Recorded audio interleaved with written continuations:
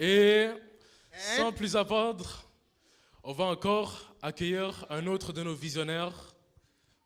we want to welcome our next preacher. Et c'est un membre de notre groupe des jeunes, le Visionnaire. He's also a member of our group of visionaires in Trois-Rivières. Et ce n'est nul autre que mon rival. And it's my my rival here. C'est mon My petit frère jumeau, my little brother. Joshua Toa Simon. Joshua Toa Simon. Gloire à Dieu tout le monde. Gloire à Dieu tout le monde. C'est beaucoup mieux. Donc, ceux qui me connaissent bien savent que je ne m'attendais pas du tout à me retrouver ici ce samedi. Mais bon, quand Dieu dit qu'il faut y aller, il faut y aller.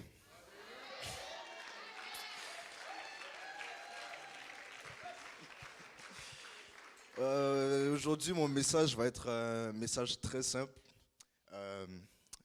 Comme Pasteur Kaosé a dit ce matin, si ce message n'est pas destiné à vous, ben, ce n'est pas grave.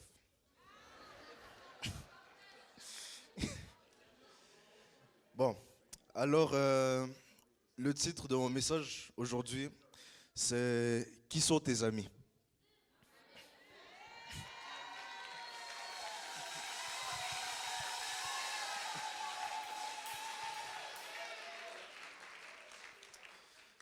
Tout le monde a ses amis avec qui il aime passer du temps, des amis à qui ils racontent leur vie, des amis avec qui ils aiment s'amuser et tout. Mais selon la Bible, est-ce que les personnes avec qui avec qui vous passez le plus de temps sont de bons amis avec qui vous passez du temps? Donc, allons dans Psaume 1. Heureux l'homme qui ne marche pas selon le conseil des méchants. Heureux l'homme qui ne marche pas selon le conseil des méchants. Ça, c'est pour les gens qui aiment demander les conseils à leur ami qui n'est pas sauvé, au lieu de demander à leur pasteur.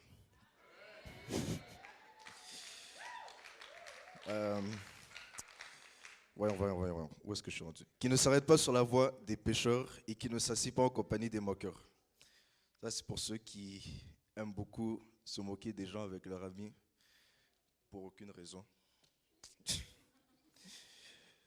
Mais qui trouve son plaisir dans la loi de l'Éternel et qui la médite jour et nuit.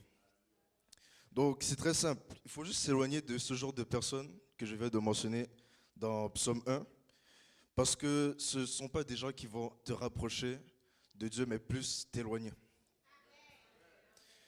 Et je sais, ça ne peut pas être facile des fois, parce que ces genres de gens, on les aime, sont des personnes proches. Mais bon, allons dans 2 Thessaloniciens 3, verset 6. Nous vous recommandons, frères, au nom de notre Seigneur Jésus-Christ, de vous éloigner de tout frère qui vit dans le désordre et non selon les instructions que vous avez reçues de nous. Donc, pour moi aussi, j'ai eu des amis qui n'ont pas du tout été une bonne influence pour moi. Quand j'étais beaucoup plus jeune, j'avais un ami avec qui j'aimais passer du temps. On se parlait souvent et il était très sympathique avec moi. Mais il n'était pas croyant et il ne vivait pas selon la parole de Dieu. Il savait que j'étais chrétien, mais à un moment, dans notre relation amicale, il a commencé à devenir trop à l'aise. Il a commencé à fumer, à boire, à faire plein de choses qu'un enfant de Dieu ne ferait pas. Et il a essayé de m'influencer. Et pour moi, je ne voulais pas le laisser parce que c'était un des seuls amis que j'avais. Mais Dieu j'ai beaucoup prié pour lui et j'ai décidé de couper les liens parce que ce n'était pas quelqu'un qui allait m'aider à me rapprocher de Dieu. Donc,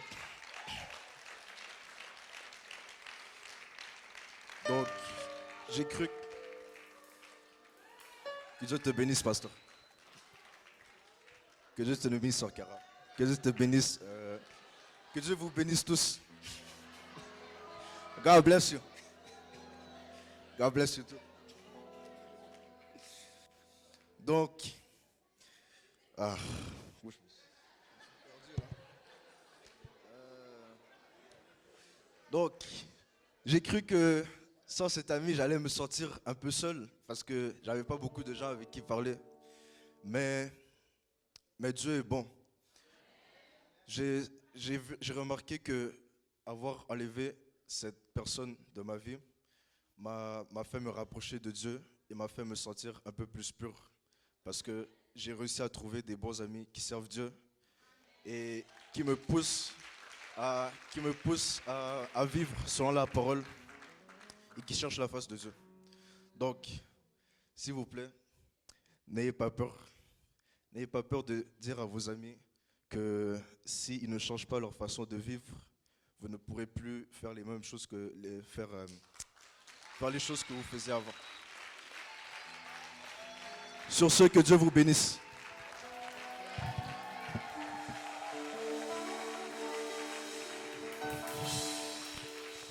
Amen, amen, amen, amen, amen. Amen, amen,